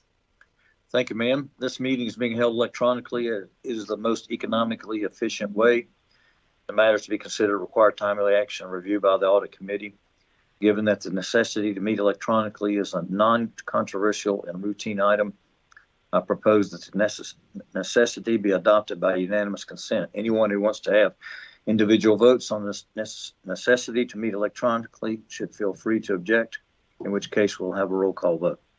There's no objection. The necessity to meet electronically is adopted. Are there any objections? Hearing none, the necessity is adopted. As always, first on the agenda is Mike Batson. Mike. Thank you, Regent Burdine. Thank you, Vice Chair Reynolds and Chancellor Tidings, and welcome, Regent Pilkington, for your first audit committee meeting. Thank you so much. Want to start with miscellaneous external reviews. First of all, this section is highlights of findings and recommendations. Not a whole lot of findings. Good thing this time, but want to cover some positive things first. External reviews. We had 3 Tennessee Small Business Development Center reviews, 2 at Chattanooga, a programmatic review and a financial review.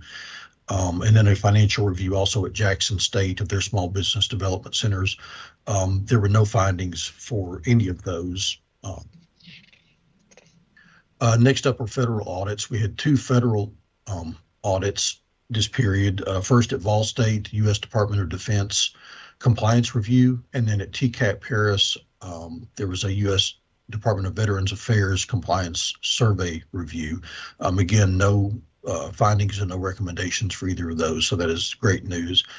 On the Veterans Affairs, we continue through our office to do some Veterans Affairs compliance reviews at the TCATs, but also the U.S. Department of Veterans Affairs is doing those also, and so we're trying not to hit anybody with 2 audits at once, so that's been kind of a moving target, but those are still ongoing through our office and Veterans Affairs.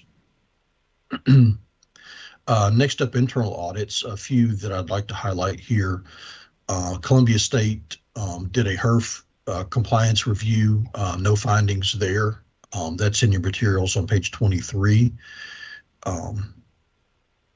Next, a TCAT Jackson President's Expense Review is required by state law, is on page 24. Again, no findings or recommendations for that report. Now we get into some recommendations here. We have 2 investigation reports. starting on page 28. First, Dyersburg State, the athletic housing conflict of interest, which many of you are familiar with, but Sandra had finished that report. First of all, we want to recognize Sandra and Jennifer for doing a great job with that investigation, but that involved the former basketball coach. His brother-in-law owned a house in town that I think 11 athletes were renting or staying there, which was in violation of NJCAA rules. That is in your materials on page 28. On page 31, Southwest Internal Audit Charlotte Johnson had done a review of student club and organization compliance. There was one club who the advisor had maintained an outside bank account, and so reconciling that was quite difficult. We found no evidence that money was missing, but again, non-compliance with several policies there, and some other issues, but that is in your materials also. Next up are state audit follow-up for Southwest on page 38. They had 3 findings this past time around from state audit, and Charlotte's follow-up indicates that 2 of the 3 findings have been resolved. The third that is still outstanding, they're making progress on it, but it stemmed from a previous investigation that we had done a couple of years ago. State audit picked up on that and made a recommendation that they enhance some policies and procedures there, and they are working on that currently. Regent Kastner, did you have a question? Sorry. I did. I was looking at finding number 3, and it made me wonder, do we use time clocks in our campuses? That varies based on department. Generally, no. I think some areas of facilities may still use them, but generally, no, they're not time clocks there. Was this employee a manager, or were they hourly, or what? Good question. That's been a while. I think they were just a regular employee, not hourly. They were sort of in an isolated department. There was some management issues there, which those people are no longer with the college, is my understanding. They had attempted to bring attention to it, and it was not addressed. And so those people who are responsible, I think, are no longer there.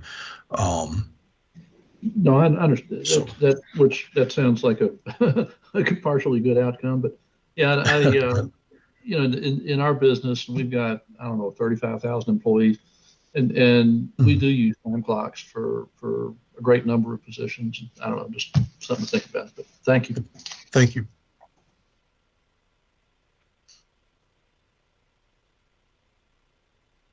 That is all of the highlights for the reports. Next up are the recommendation and finding logs.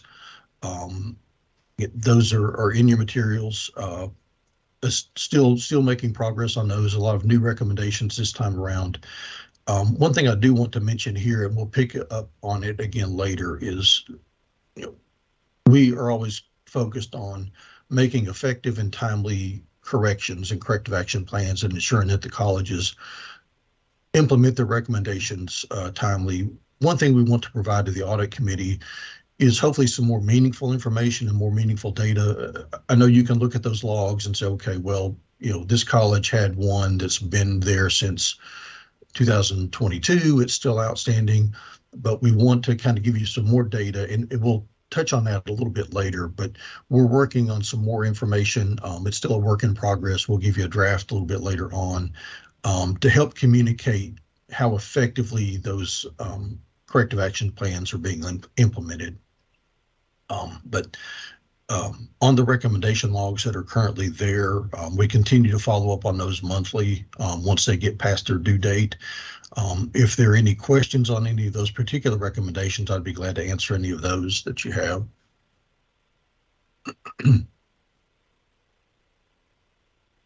Regent Burdine, that's all I have for the highlights section.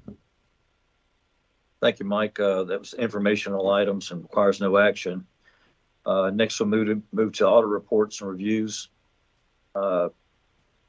Materials have been provided regarding miscellaneous external review summaries beginning on page 14, federal audit report summaries beginning on page 18, and internal audit summaries beginning on page 21.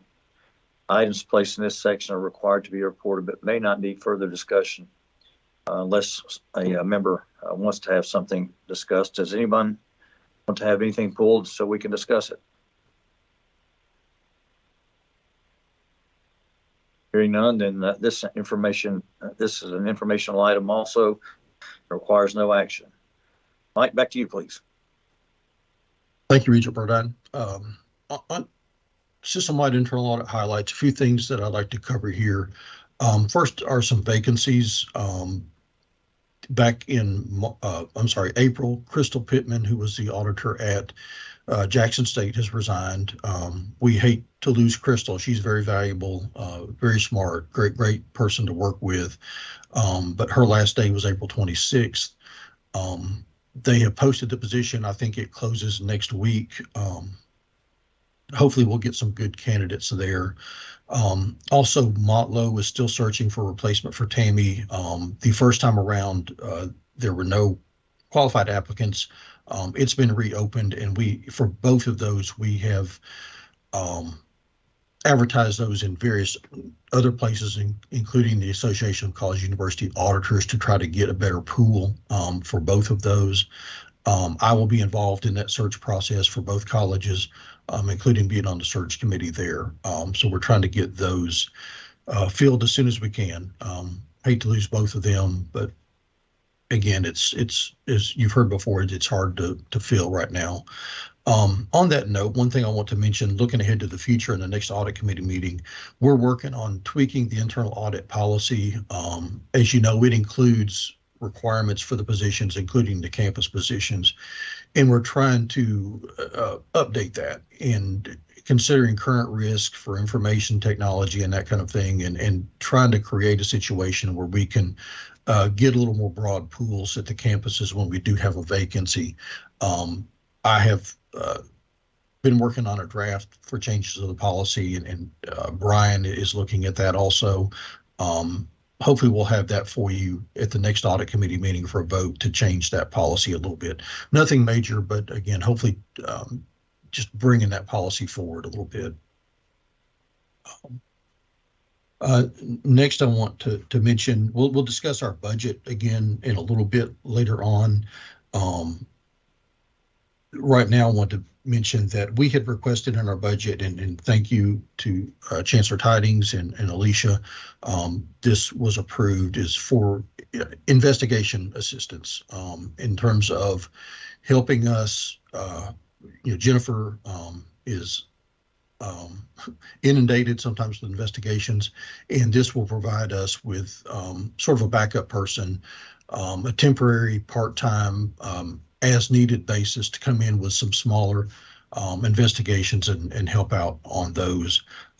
So that has been approved, and we'll look forward to getting the right person in, that we can bring somebody in as needed and help with the timeliness of some of those. So wanted to mention that while we're on the personnel side. Next up is our external quality assurance review.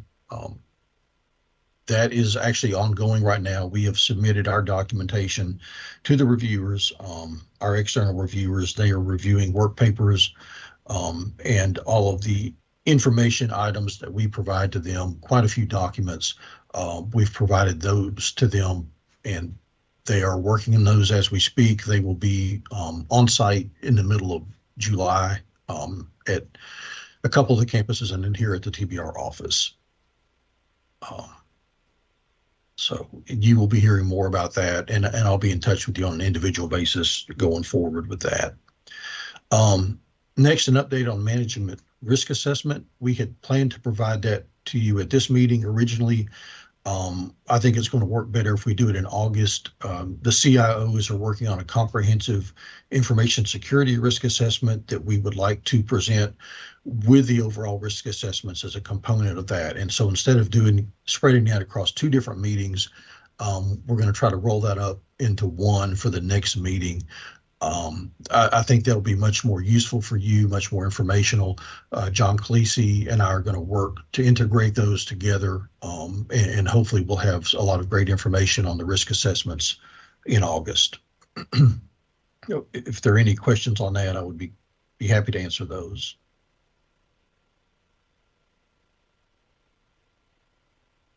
Thank you, Regent Burdine. You're muted, Regent Burdine. Sorry. Thank you, Mike. These items are also for informational purposes, so no actions are required. But Mike, if you'll continue on with university updates, please. Yes, sir. We are required by law to cover the locally governed institutions based on TBR's fiduciary responsibilities related to bond finance. And so we present those comptroller's audits as they come in for us.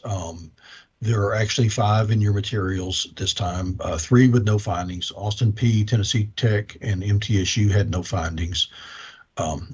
ETSU had 2 findings, one related to collections of accounts receivable, and the other related to financial aid and monitoring eligibility for Title IV participants. Again, the summaries are in your materials there. University of Memphis had 1 finding, again, related to accounts receivable, which has been sort of a focus area. We've seen several accounts receivable findings for our colleges also. Those should not impact their bond finance responsibilities, but we are required to present those to you. And that is all I have on that, Regent Burdine. Thank you, sir. Again, no action required. We'll move on to the consent agenda.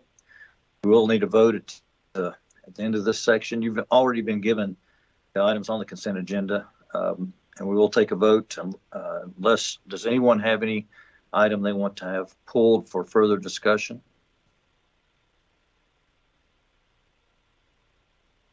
Hearing none, then we'll call for a vote. Oh, wait, we're going to go to section 2 first. I'm sorry. Let's go to the review of the revisions to fiscal year 2023 audit plans. Mike? Thank you, sir. The revisions to the audit plans for this year, when we provide those quarterly to you, start on page 47. Again, those are pretty typical, nothing outstanding there. Of course, with Montlow and Jackson being vacant right now, we'll have to reset some of theirs, but nothing sort of out of the ordinary to really highlight here, except typical changes. Okay. This section does require roll call vote, but first I need a motion for approval. So moved, Mary Lou. Thank you, Mary Lou. Second. Tom. Thank you, Tom. Any discussion? Secretary Perry, if you'll call the roll for a vote. Thank you. Regent Apple? Aye. Chairman Burdine? Aye. Regent Kastner? Aye. And Regent White? Aye. Motion carries. Thank you. And now back to Mike for review of system-wide internal audit budget for 2024. The budget is included in your materials and on the screen. I will note that the budget that was included in your materials was our proposed budget. We had not received final approval yet when the mail out occurred, and there was an adjustment to that. Originally, in the one you received, we had about 72,000 proposed in the operating budget. That was approved at 61,300. A difference there, but something we can work with. Vice Chancellor Fox and I have talked about that. We can relook at it again later if needed, but that does cover us for the quality assurance review travel for those 3 external individuals, as well as our initiative to try to get some temporary help for investigations. Again, that will be only on an as-needed basis. So if we don't need to bring anybody in until September, then there will be no money spent for that until then. Hopefully we don't need more than that going forward. But again, appreciative of the budget and happy we're able to get that. And I just would want to submit that to you for your approval. Thank you, sir. This section requires a roll call vote. Do I have a motion, please? Move to approve. Second. Thank you. And a second. Thank you. Any discussion? Secretary Perry, if you'll call the roll for a vote. Regent Apple. Aye. Chairman Burdine. Aye. Regent Kastner. Aye. And Regent White. Aye. Motion carries. Thank you, ma'am. This concludes the agenda for the public session of the Audit Committee. So unless there are any other questions or comments, this meeting stands adjourned. Any questions? Okay, we are adjourned. After adjournment, the public session is concluded, and board members, board officers, and key audit personnel, you should have received information on how to join the executive session virtual meeting. So we'll see you here in just a minute.